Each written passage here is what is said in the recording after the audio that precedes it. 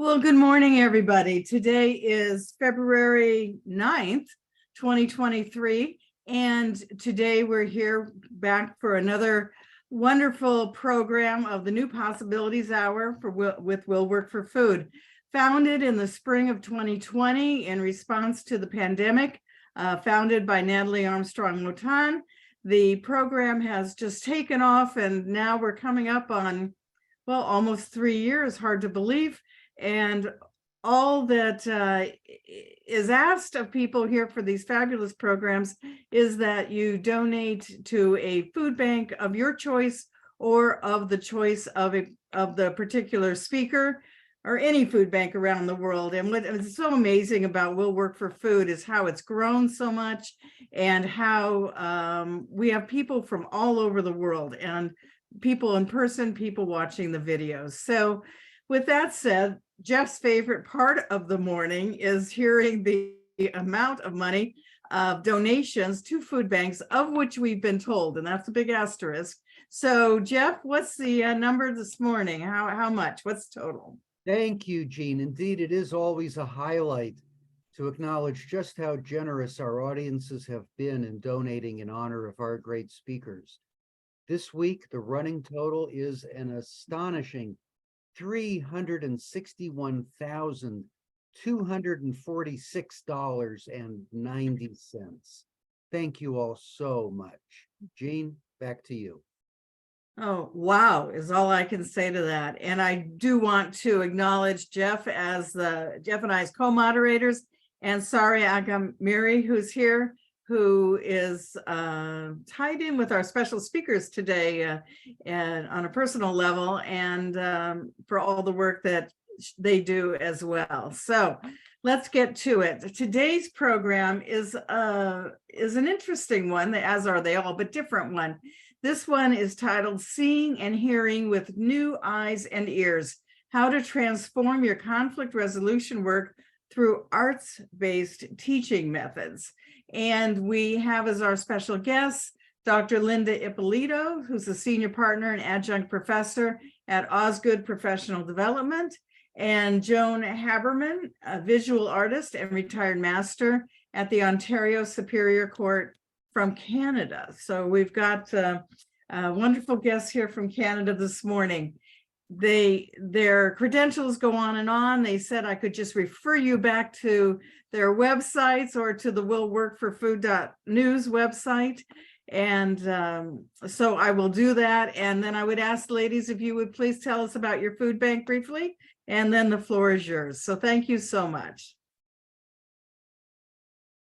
Great. So you wanted us to tell you about our food bank here in Toronto?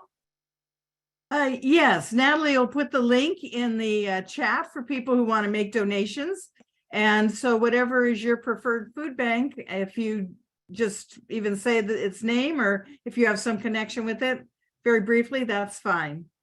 Yeah, just the Toronto Food Bank is a very vibrant organization here. And of course, now more than ever, there is a great need by people who at one point in time obviously did not have to avail themselves of the food bank, but we all know the great food crisis that's going on right now.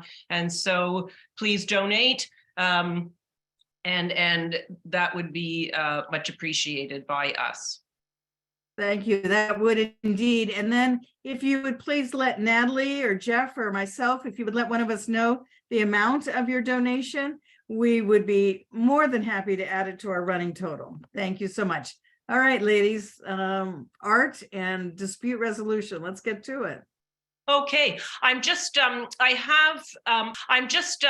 have on my screen comes up people that are in the waiting room. So I'm hoping that's coming up on somebody else's screen as well, so that those people can be let in, because I'm going to share my screen, if I may, with a PowerPoint, and just to sort of guide us along the way. Okay. So a big thank you to Sare for inviting us to speak with you today. And of course, Jean, Natalie, and Jeff, to you for this wonderful work that you're doing with this organization. So we're going to talk about how using arts-based methods in conflict resolution teaching and training can encourage us indeed to see with new eyes and hear with new ears as we move forward building a new conflict culture and creating a new breed of conflict resolution professionals. So over the next 40 minutes approximately, we're going to talk about three things. So we're going to talk about what are arts-based methods, why are they important, and how can they help us develop the essential skills of creativity and collaboration. And we'll be sharing with you some of the work and teaching we've been doing in this area. So let's dive right in. So first, a little background on how this all came about. So I wear two hats, as a lawyer and as a classical pianist. And after years of growing frustration with not just litigation, but with the shortcomings of the alternative dispute resolution world and the inability to achieve optimal outcomes in process, despite our best efforts, I started to look at the problem with the eyes of a musician instead of the eyes of a lawyer. And I couldn't understand why musicians, often strangers from different countries and cultures without even a shared verbal language, how they could sort of get it together to work toward a resolution goal and lawyers could not. So I began to ask myself, were there skills and behaviors of collaborative music making that non-musicians might be able to learn that would assist them in designing more effective processes and in achieving more optimal outcomes? How and why are musicians able to transcend difference and work together to achieve their superordinate goal, which is that goal which no one person can achieve on his or her own? What did they know that conflict resolution practitioners didn't about effective communication, building an efficient and fully functioning negotiating community, and about communion or essential human connection? So I set out to determine, among other things, if the skills and behaviors practiced by ensemble musicians could be learned by non-musicians in non-musical settings through the use of arts-based learning models and methods.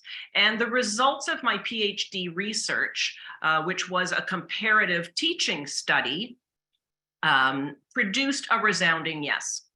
And students who engaged with the arts-based learning were able to shift their perspectives from traditional, contentious, competitive mindsets to more efficient, cooperative, and collaborative mindsets. And in simulated negotiations and mediations, the students who had the benefit of the arts-based methods outperformed their colleagues who had not. Joan? Hi there. Little perspective from where I'm coming from as a former lawyer and jurist, and as a current painter with less and less to do with the legal world as time goes on. I met Linda over 30 years ago. I was chairing the articling committee for what was called the Crown Law Office Civil, part of the Ontario Ministry of the Attorney General. And in that context, I was interviewing a number of people. The resumes all looked fairly similar. Hers jumped out immediately because she'd been a concert pianist. My first thought was she was going to be very bright. She was going to be very efficient. She was going to be an incredibly hard worker, and she would bring creativity to everything she did and would be able to work under pressure. There's no way she would have made it in the music world without those assets. So she was a number one pick for me automatically. I had an arts background. I'd been a serious painter as a girl, dissuaded from pursuing that as a career because I had to earn a living, and that is not possible in the arts, although apparently it is these days, but it wasn't back then. So I convinced my committee that she would be an astonishing, an amazing addition to our team, and we hired her. And over the years, I watched her career flourish. She started a firm as soon as she graduated with a colleague. She worked, she did her master's degree, she did her PhD, she had her PhD published as a book, It was all very interesting to watch.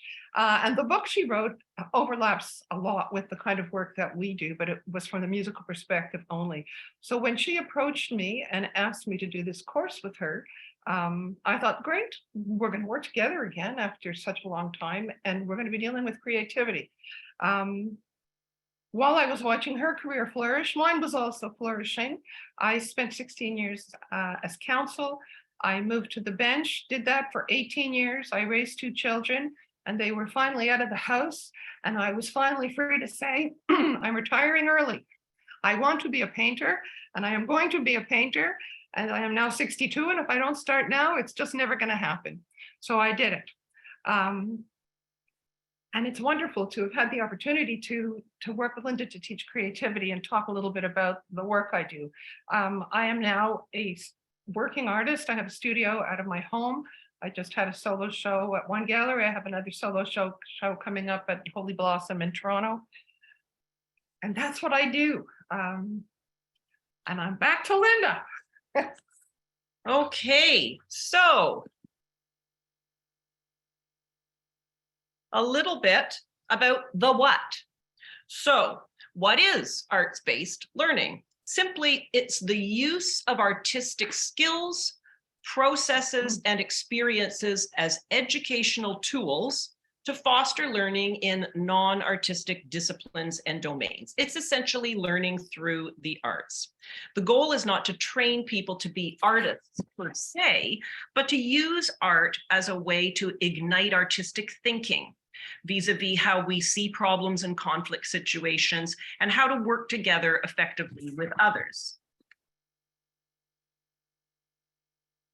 Over the last 30 years, arts-based methods have been used in a variety of settings with children and adults in schools, kindergarten to grade 12, in post-secondary and graduate programs, in corporate environments, and in continuing education.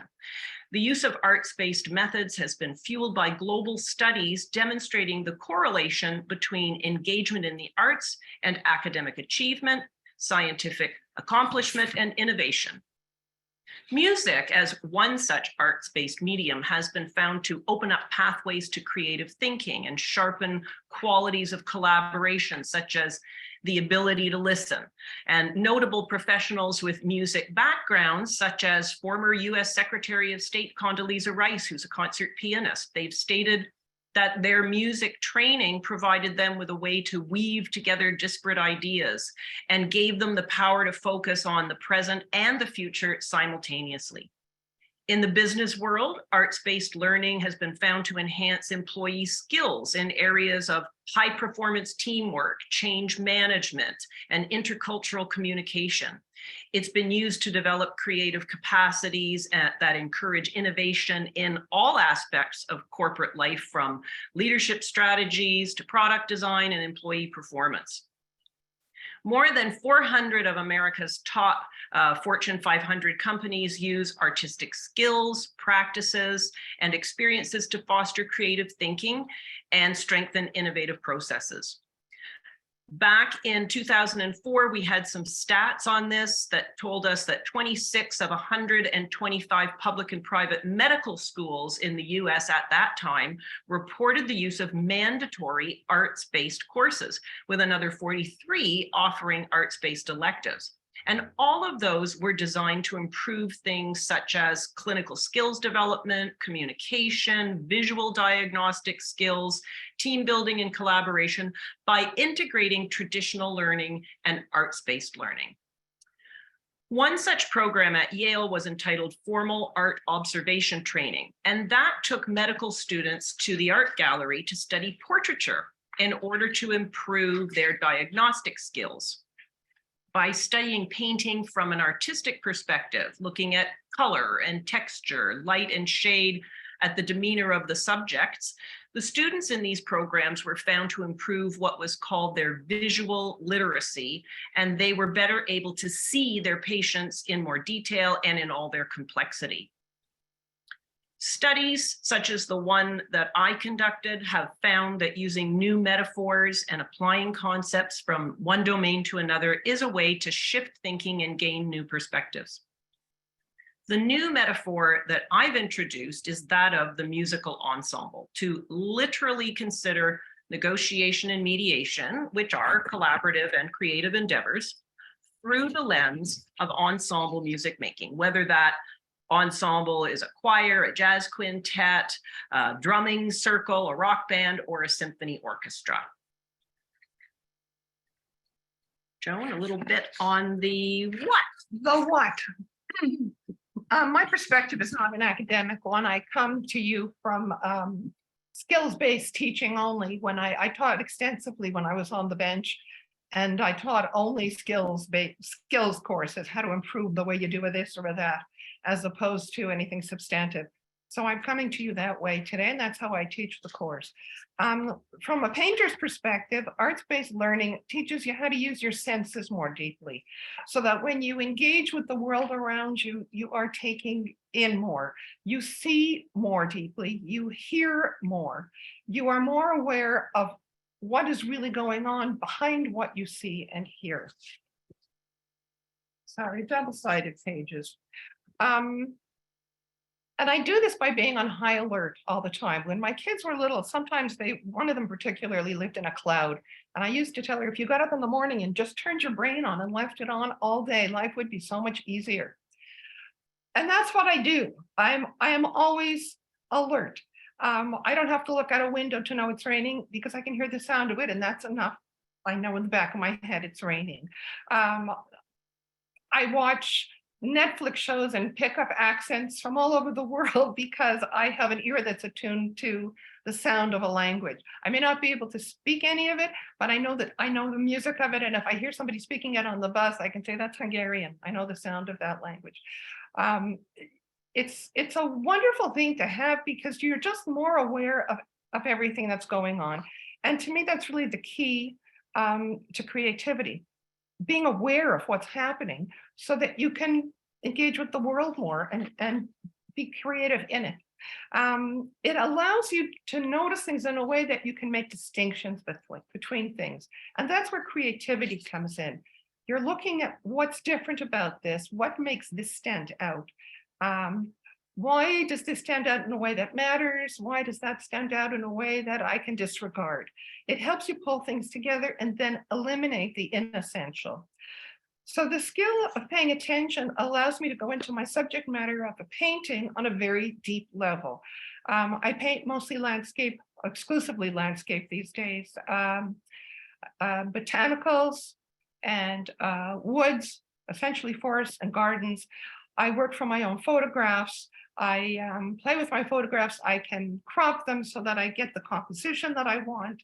And it's set up in a way that'll make a good painting by cutting off here, cutting off there. Sometimes I enhance the color a little up a notch because I want it to be a little more stimulating, or I want it to be calmer.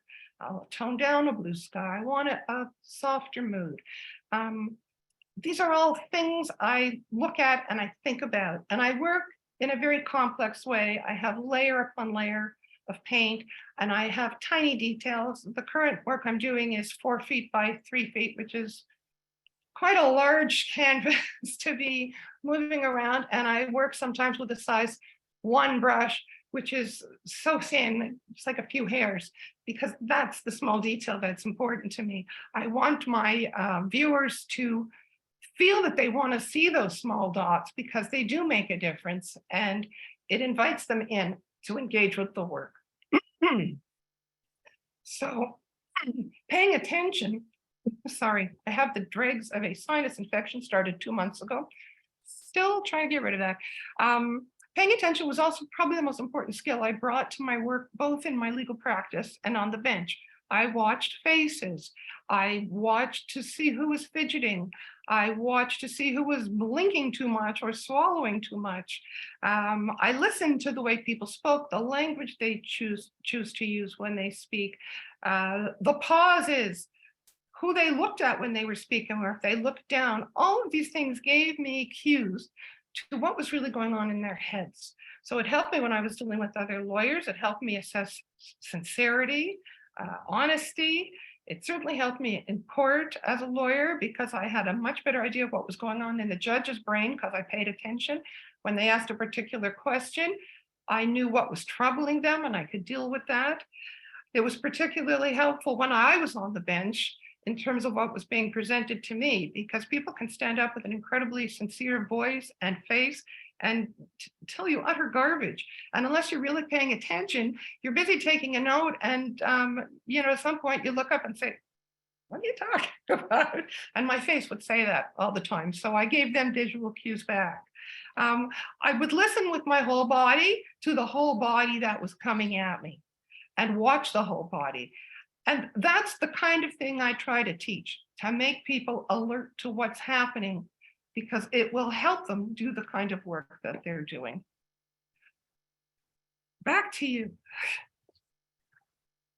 Okay, so that gives a little bit of idea there on the how the arts can help us, and what they do in terms of stimulating and enhancing our seeing and our hearing. So why arts-based methods? Why use them in teaching and learning about conflict resolution? It was Sir Ken Robinson who said, with respect to the way we've been or are still being taught, we are educating people out of their creative capacities.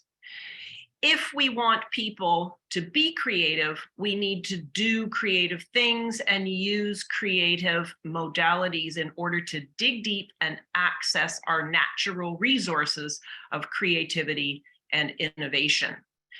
Management scholar Ted Buswick says that the arts can open up the mind in such a way that it can change behavior.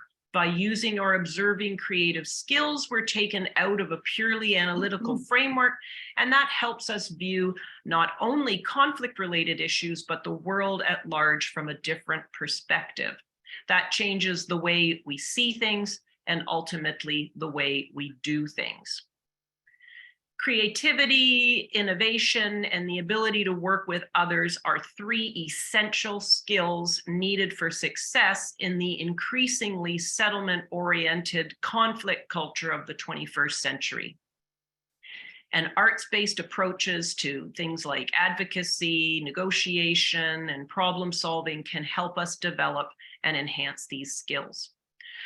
Arts-based learning can help expand our thinking and approaches to problem solving, conflict management, and dispute resolution beyond the limited, rational, logical considerations of traditional legal analysis.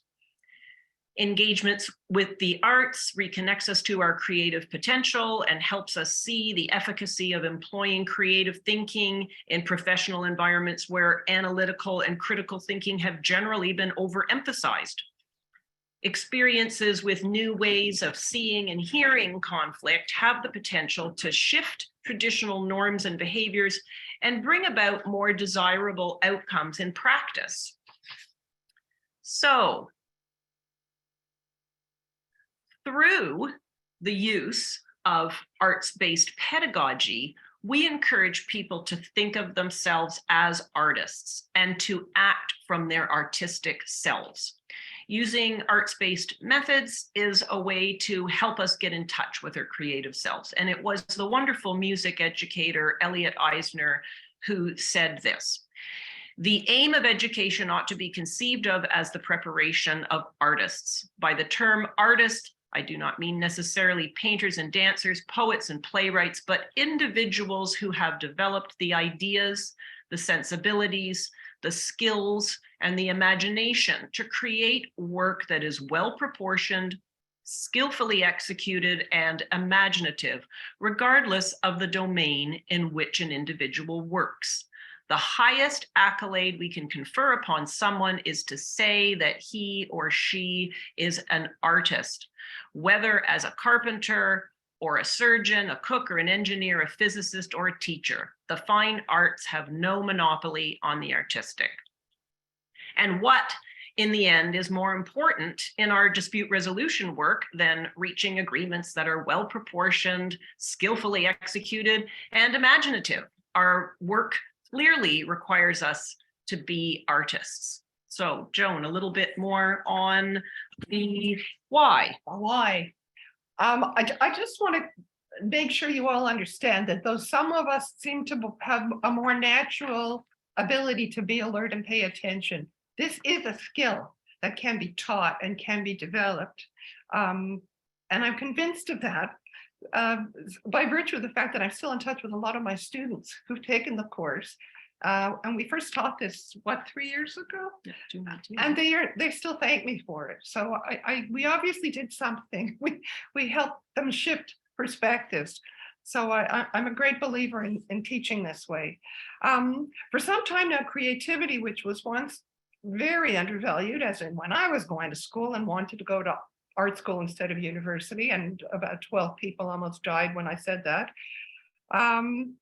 Today, it's really taken center stage. Industry has finally understood that innovation means something new, making something new from the air, or combining different elements to come up with something new, something that's better, something that's more efficient, a more effective way of doing something, of building something.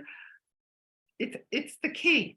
So innovation requires a lot of hard work. If you want to get from concept to fruition, you have to start with the idea, you work to a model, it has to be tested, it has to be debugged, you have to determine if it's marketable. But the starting point is the idea, just that nub of an idea. Why aren't we making that? Or if 6 other companies are making that, can we do it faster? Can we make it cheaper? Can we make it in a more climate-friendly way? How can we improve upon it? How can we make more money doing it? But it all starts with the idea. And ideas come from people who think creatively. And that's not something that just happens. We all are creative. I always start my class by saying that, because I have people that are going, no, not me, I'm not creative. And I look around the room and I always see somebody with a great pair of socks. And I go, you're creative. Look at the socks you chose to wear today. Everybody's going to look at you, or the glasses somebody's wearing. You think about the kitchen you came out of this morning, how you've organized it so you can grab a spoon and a bowl and they're right beside each other, and you can grab your cereal and get to work quickly. Or how you set up your office so you have your mug on the right side and your pen on the other side, and everything is where you need it. There is creativity in every choice you make, in terms of how you present yourself to the world and how you set your surroundings in the world around you, how you set them up. All of that is creative. You don't think about it, but it's there. And if you spend some time after we're done today thinking about it, you'll be surprised by yourselves. So the World Economic Forum, which measures the importance of various personal assets, ranks creativity right up there with both in terms of the economy and the environment. It is critical when we're dealing with both. In 2021, it was ranked as being of greater importance than IQ. And it was listed among the top 5 skills that they anticipated employers would be looking for when interviewing prospective candidates. I would hope so. Collaboration is another critical skill that's been highlighted, but it's always in the context of creativity as the threshold, because you need to be creative to come up with new ways to collaborate, to produce the kinds of developments we're going to need in a post-COVID, which should happen one day, world. So if we want a workforce that comes up with new and creative solutions in a never increasing complex world, we're going to have to look for new ways to do things. And that means arts-based ways. And that means we've got to educate people to figure out how to get in touch with their creativity. And that's what we're working towards. Ta-da. Okay, and it was in fact Daniel Pink who said the new MBA is an MFA. So a recognition that we really needed to tap into our creative self and artistic ways of being. So we've covered the what and we've covered the why. So now we're going to delve into the how. So how can the arts help us? In its myriad forms, the arts are being used to assist in grasping concepts, engaging with ideas, developing emotional and social intelligence capacities, and an invigorating and innovating process. More and more, we're realizing the power of the arts to, as Edgar Schein says, inform, illuminate, and inspire us to hear more, see more, and feel more. Artists put us in touch with our creative selves.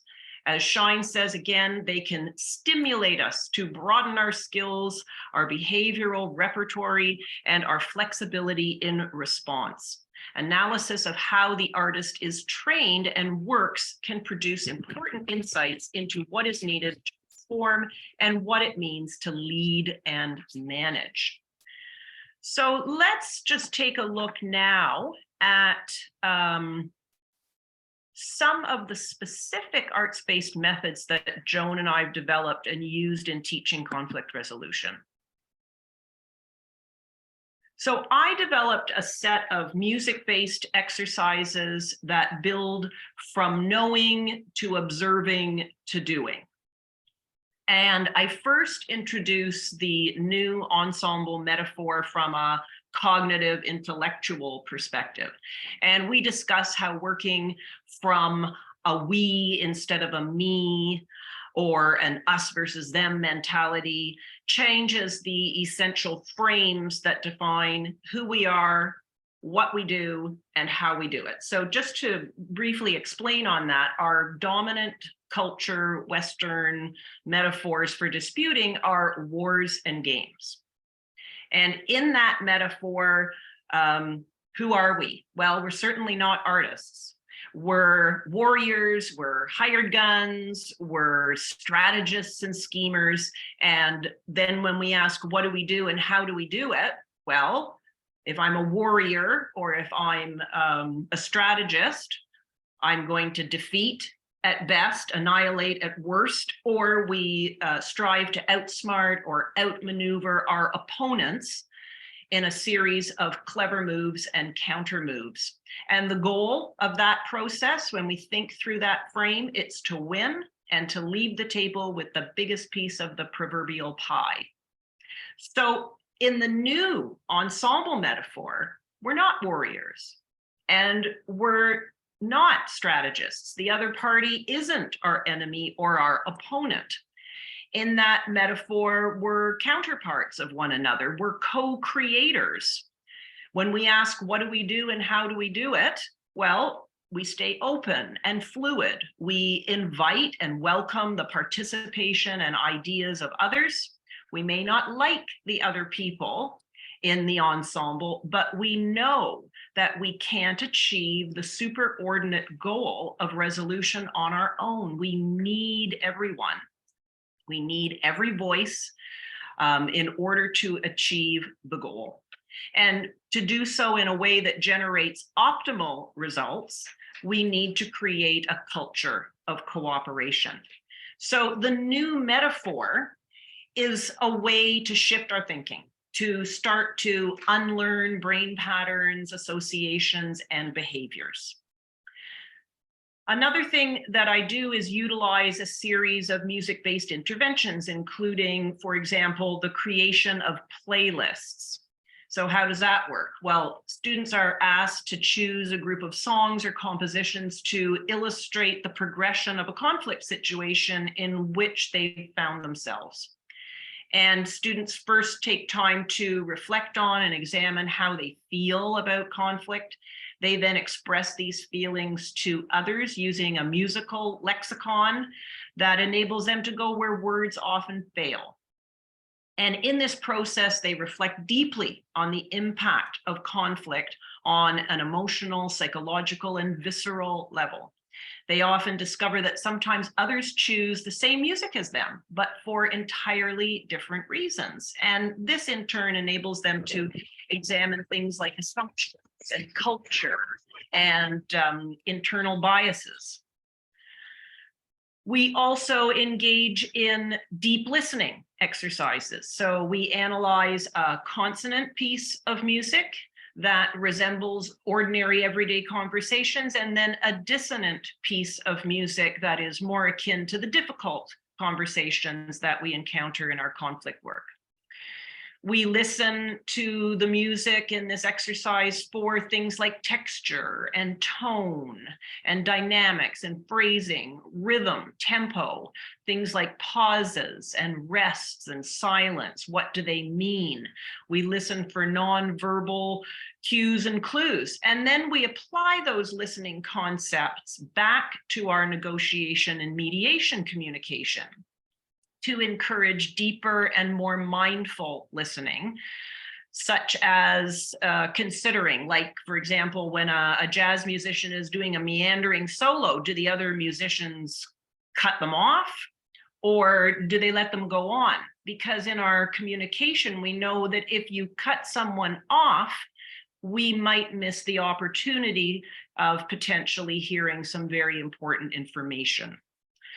We need to think more about why things are being repeated in conversation. Is it just that the person is totally annoying, or are they not being fully heard somehow? What's the meaning of nonverbals? Are they completely benign, or are they signs of distress or some kind of underlying aggression? Is something like volume, is that destructive to a positive communication, or might it just be an aspect of culture? So most people have never thought or analyzed their communications and conversations in this way. And as a result, they lose a lot of meaning and they lose a lot of important information. And we need to stay with dissonance. And these exercises help us to do that by providing us with analytical skills related to communication. A third thing that we do in terms of some music-based learning is we engage in exercises that enable us to see the metaphor in action. And that includes engaging in interactive workshops with string quartet or jazz ensembles to observe how they communicate, how they build community and build interpersonal connection. And then we map those concepts, what I call the 3 C's, back onto our non-musical negotiating, mediating processes and consider how we might more effectively navigate our own negotiation and mediation processes and work toward those outcome goals. In terms of the doing, engaging in the doing, this is the fun part. Sorry, I can tell you about this. We didn't make them sing per se in this last course that we did, although certainly that's one of the things that we sometimes do. We'll do team-dependent things that help us to experience rhythm and the importance of an underlying rhythm in conversation. What happens when things speed up or slow down? And so we've done things like beanbag toss to the chicken dance. We've worked on a scenario without words, where people have been given percussion instruments as their voice to try to express themselves in achieving a common goal or task together. And in these ways, we explore in a real hands-on fashion how to build effective teams in the face of changing circumstances and complexities. We also explore improvisation with percussion instruments and with call and response blues jamming with the jazz musicians. And there are just so many other possibilities, but those are just some of the broad brushstroke examples of the music-based exercises that I've developed and use. And Joan's now going to tell you about some of the art exercises that she also uses. Whenever I start teaching the course, I always assume that for the most part, my students haven't touched a crayon since they were in kindergarten or the 1st grade. And in most cases, that's a fairly safe assumption. So it's critical for me to do 3 things with them. Teach them a little bit about how to make visual art, actually get them engaged in art exercises so they have the experience of making art, which is terrifying for some people, interestingly, and then talking about how what they did in making art can be applied to what they do in the context of negotiators and mediators, because that's the training that we were doing. I always draw together the theory and the practice of art with the practice of what they're doing. That's the most important part of the course for them. That's their takeaway. So this has all been very interesting and we've had a good time, but now what?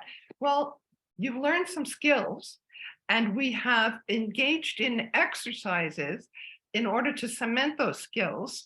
And then when you find yourself in a situation where you need those skills, you'll remember the exercises and they'll trigger the learning experience.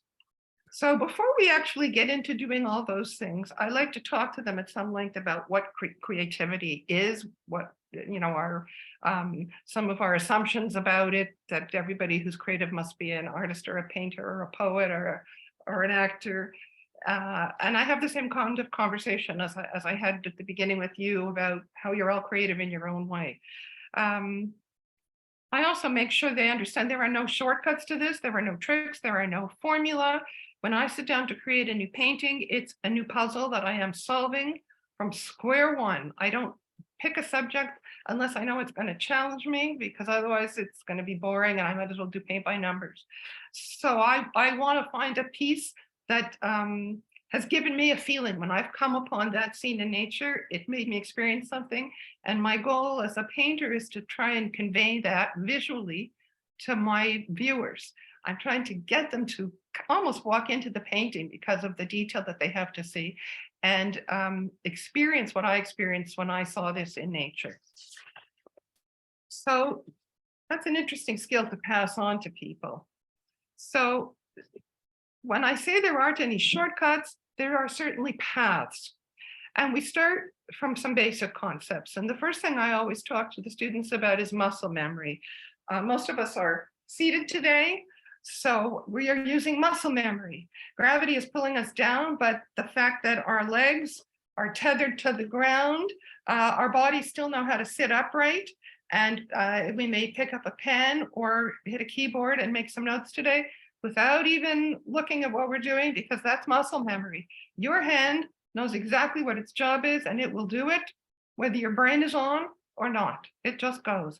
But we talk about how muscle memory can be an impediment at times, a nuisance, and it can get in the way of creativity because we always do something this way. Are we going to take the time to think about perhaps there's a better way, an easier way, a faster way, a more efficient way of doing it? So we always do an exercise called writing with the non-dominant hand, and everybody has to write their name with their non-dominant hand and realize how incredibly awkward it is to do something that they do 100 times a week in most of our lives, but they have to actually think about every tiny aspect of it and create a mind-hand connection to guide their hand as it goes up and down and around. And oh my God, why did it just go down the page? So I find that a really valuable exercise to make people understand that it's important to break muscle memory sometimes because you're going to do something different. We also focus on one thing. So the students are instructed to write a poem, and they're supposed to write about anything, something they saw on TV last night, the woman who was sitting next to them on the subway, the man at the bus stop, a dream they had, one thing. And they're given a few moments to consider it, and then they're given some time to write it. And I have to say this year particularly, Sarah, I was astonished at the poetry we got back. And when you are told you have to think about one thing and only just that thing for a period of time and then write about it, it's amazing what your brain does. You go in a much deeper way than you would when you're just thinking about the lady sitting next to me on the subway. What the heck was she doing? What was you doing there? Well, you think about it and you may come up with all kinds of possibilities. So that was sort of the first introduction to thinking more deeply about things. We also do what I call my yoga cleansing breaths. We do 3 deep breaths before we start to clear our mind, to still our hearts, and to create some space for creativity. And it's something that I teach people to do in their lives. If you're in any kind of a conflict situation and you just need a timeout, sit down, close your eyes for 2 minutes and do these breaths, and it just sort of, your blood pressure goes right down. So once we've done all of that, that's sort of the setup. We move on and I teach some basic art theory. And I teach it in the context, of how I make a painting. I start by selecting my subject matter, which generally most of you in the working world don't have to do. Your subject matter appears in front of you or at your office door. But I choose the dimensions of the canvas and the shape of the canvas I'm going to work on because I want it to work well with my subject matter. I choose my palette. I will sit down with all my paints and decide what colors I want to use to make this say what I want it to say. And in doing whatever work any of you do, you always have decisions like that to make. And most of the time we don't think about it. We get up every morning. Today is Monday. I go to work and this is what I do. Today is Tuesday. I get up, I go to work and this is what I do. We rarely take the time to stop and think about, well, how do I do what I do? And why do I do it that way? Is there another way to do it? So we talk about all of that. And the decisions you made in the context of your work is probably on a more intellectual level. Mine is less tangible. But all of these kinds of decision-making processes that we sometimes ignore and just sort of slide over are critical to success at the outcome. So finally, I explore with my students the actual elements that I rely on. And I begin to go through certain art elements to get them to understand how a painting is put together. We look at slides of my work and I use them as examples of how this works or that works or doesn't work. And then we do the art exercises. The key is those art exercises. By doing something, you're creating the memory. By doing it, you're creating the trigger for the memory to come back when they're off in their own offices doing their own work. So, for example, this year I worked with color theory with my students. We didn't do that when I did it, the course the first year. I was using different elements. But I decided I really like color theory. So we started with a color wheel. And in a color wheel, you can see the progression of colors, how if you put red and yellow beside each other and mush them, you're going to get orange. If you put yellow beside blue, you're going to get green. So you can see the progression. And it all, color wheel goes around in a progression. And then I had them look at complementary colors. So those are colors opposite one another on the color wheel. So red and green, yellow and blue, purple and yellow. When you put complementary colors together, unlike colors on a color wheel, there's a vibration. It's very interesting visually, but you get a vibration just where they join. And each color looks more vibrant. So when you're painting, you're very aware of that, of your color placement, that it's looking a little dull here. There's a lot of purple, and just throw a little yellow something in there, and it'll brighten that whole corner up. And I use that to make them aware that how you place things in a negotiation or a mediation is important. You can have some very contentious issues, and if you just throw them on the table, it's like throwing a grenade into the room. But if you progress to it slowly, and eventually when you get there, you boil the frog in the water and he hasn't noticed because we just sort of turned the water up, the temperature up a little bit at a time. So I found that a very valuable exercise. We also talked about color in the context of how it sets the mood in a painting and also in a room. You can create a tone in a room when you go in as a mediator. If you know you have a particularly difficult lawyer you're working with, you're going to want to be a very strong person going into that room because you want them to know that you're not going to take any guff.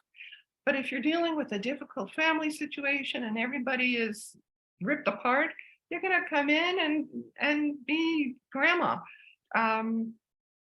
We all have different personalities we bring to different aspects of our lives, and sometimes we can bring them to our work too, and it improves what we're doing. So we talk about mood.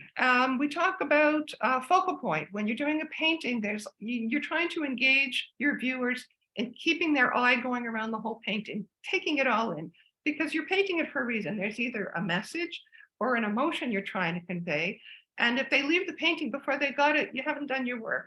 So you use focal point and you create focal point using color, using line, using other elements. So we talked about that somewhat and how important it is, and it's important in the work they're doing also. What's the focal point? What is the resolution you're hoping to arrive at here if you're doing a mediation? If you're a negotiator, what is the resolution you're hoping for your client? How do I get there? That's my focal point. When we talked about line, we talked about natural line.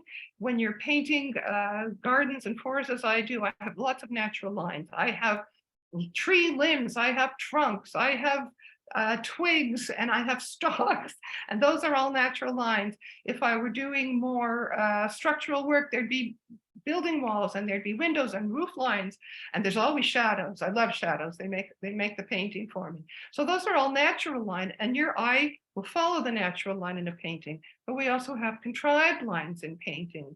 Where you need a line and there isn't one there naturally, you can build one with little flecks of color. Your eye is such a strange object. Your eye and your brain want to connect things. So if I put a path of red, I put a little fleck of red in a flower and a little bit of red in that brick on the side of the building, and then a little bit of brick in the chimney, your eye is going to make a line. It's going to connect them all up. And that will keep you in that part of the painting. It'll get you up there so you can then get down and go around again. Let's see, where am I? The first time I taught the course, we did the drawing. We did a whole exercise about contour line and the elephant in the room. The contour line is the line you don't see. There's no real line, but somewhere between the space in the world and my hand, there's a perceived line. If I were to draw it, I would normally draw a contour line, the outside line that defines it.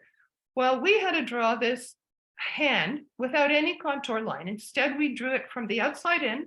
So we had to fill in all the spaces so that you're left with the hand. And then we drew it from the inside out. So we drew all the lines and the wrinkles and the folds and the knuckles, and again, without an outside line. Why do we do that exercise? Because sometimes there is an elephant in the room and you don't want to talk about it. It's like throwing a grenade on the table. How do we come at the issue from a different way? From the outside, from the inside, without actually discussing what it is nobody really wants to talk about. So that's why we did that. We talked about perspective. As an artist, you have to always keep your perspective, a certain level of distance from your work. Because if you fall in love with it too quickly, you don't take risks. Oh, this is working so well over here. It doesn't work that well for that, but I love it. How can I take it out? But you have to sometimes. Sometimes you have to just take a bunch of white paint on a big brush and go and wait for it to dry and start again, because you can fix it. And if you love it too much, you're not going to do that. So you also need to be able to walk away from your work, because most of us want to sell it at some point. That's what we do it for. My house is overflowing with work. I have to sell some stuff at my next show. So we keep a distance. So the exercise, each table had, everybody started with a piece of paper and they drew for 10 minutes and they fell in love with their drawing. And then I said, okay, pass the person to the left. And then they did that again and again. And at the end of the exercise, every table had a full drawing completed by everyone at their table. And for me, this was an exercise in perspective and distancing. And they were all thrilled because they saw it as a wonderful collaboration. They loved the collaborations that they made. So I was delighted. It was a twofold win-win for me. We copied I took photos from magazines and asked them to try and copy them. Now, these are people, for the most part, who hadn't had a lot of drawing experience. But because of everything we had done leading up to it, they knew how to pay attention. They knew what mattered. So they had to consider relative scale, proportion, relative placement of objects, how to use color, how to use line. And it was shocking what people did. I was really moved by the work people did. The incredible effort that was put in a short time to create terrific stuff. I hope you're still drawing. Sorry, are you drawing? No. But I think about drawing, so. Okay, well, thinking is a start. We move on to doing. So these are all concepts that are fun during the week, but they're all concepts that I hope you're all taking my students are all taking with them when they leave. I know a lot of them do. They talk to me about it. Soraya is thinking about it. She may do it at any moment now. So this was a very compressed explanation of what we do and how we do it, why we think it works. I hope it gives you a good introduction to what arts-based learning involves and what can be accomplished by it. And I think Linda wants to sign off with you too. Thanks for that, Joan. That's gives a great idea. And the one other thing that we did in sort of pulling it all together was we worked with a single multi-party negotiation throughout the entire week. And as a way to sort of vision, what is my client or my party, what do I want? What's important to me? Now, what do I think is important to the other people? What do I think are possibilities for resolution? And we created collages that sort of were a manifestation of that visioning. So there was a lot of opportunity to use the art as a way to put our thoughts on paper in that creative visual way. So just in summary, you know, the purpose of the arts-based learning exercises, whether it's the music or the art or anything else, is to be able to develop our ability to think more creatively, to work together more effectively, to develop our emotional and social intelligence capacities through working together in true collaboration, and to develop our listening skills, our visual acuity in analyzing conflict situations and engaging with others, knowing that the essence of negotiation and mediation is that sense of we-ness, not me-ness, and we can't solve problems and resolve conflict alone. When some people hear about arts-based methods, about creativity and collaboration, ensemble models, art making, they think it's all fluff and kumbaya. So none of our work is kumbaya. Conflict management, conflict resolution is hard work, and the music of conflict is more dissonant than it is consonant, and the art of conflict is more abstract than real. When we step outside our traditional frame and we look at our work through a different lens, this often brings new perspectives and enables us to see ourselves, what we do, and what we need to do in a different light. And that's what arts-based methods have to offer. I just want us to end with one of my favorite quotes. So as Marcel Proust said, the real voyage of discovery consists not in seeking new landscapes, but in having new eyes. So Joan and I want to encourage each of you to expand your creative capacities, to explore arts-based methods in your work and in your training. And we encourage each of you to regard yourself as an artist, to see with new eyes and listen with new ears as we all work together to masterfully and artfully achieve those superordinate goals that no one of us can achieve without the others. So we thank you for your attention, and we're happy to take any questions that you may have. Thank you so very much. And thank you, Sari, for introducing us to Dr. Ippolito and Ms. Haberman. Fantastic. And the comments in the chat, I would urge everyone to look at. Isn't it interesting how many politicians turn to art and painting at some point? And I just pulled out, listening to you, this little book I have, Painting as a Pastime, Winston Churchill, as he turned to painting, and it's a fantastic little book. So that said, we do have a few questions in the chat, but we have only 2 minutes. So let me ask a short question, okay, and for a short answer, because we do stop at the top of the hour. Do you recommend having some type of music playing in the background while we do our mediations and arbitrations? And if yes, what type is best? I've never considered that. As a mediator, I think I might find it distracting. Yeah, I would say that sometimes that could be a little subversive because, you know, sort of from a culturally sensitive point of view, what kind of music would you choose, right? Sometimes you could ask people on your intake form, would people find that inviting? Would they find that somehow helpful? And then, that might be a way to Yeah. use it. But culturally, again, you're coming into situations where I know I would prefer, in the studio, sometimes I'm listening to Neil Young all day or Joni Mitchell, but some days I'm listening to Max Richter because I want classical, contemporary, no lyric. Yeah. I just want to be in a loop of, Yeah. and I don't know that everybody's going to be comfortable with the same music. Right. So I don't know. I don't offhand know. And I work with music all the time, but not when there's words going on in a room. And Joni Mitchell, Neil Young, fine Canadian singers, right? Always. And a little Leonard Cohen. All right. Well, thank you so much, everyone, for being here today. Thank you so much, Dr. Ippolito and Ms. Haberman. And if a judge can go to being an artist, a painter, certainly we can find the artiste in all of ourselves and in our practices. So thank you all so much. We'll see you next week. Unless, Jeff, did you have a comment? No. Okay. Could I just say that anybody who has a question, that they can absolutely email us with those Okay. questions, and we're happy to provide that information if you don't already have it. Sure. Yeah, I'll put the emails in the chat.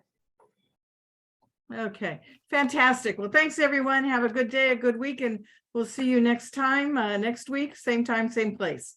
Well, Thank you. Thank you a so different much. Zoom link. Bye-bye. Thank you. Bye. Bye, Saray. Bye. Thank you so much for joining.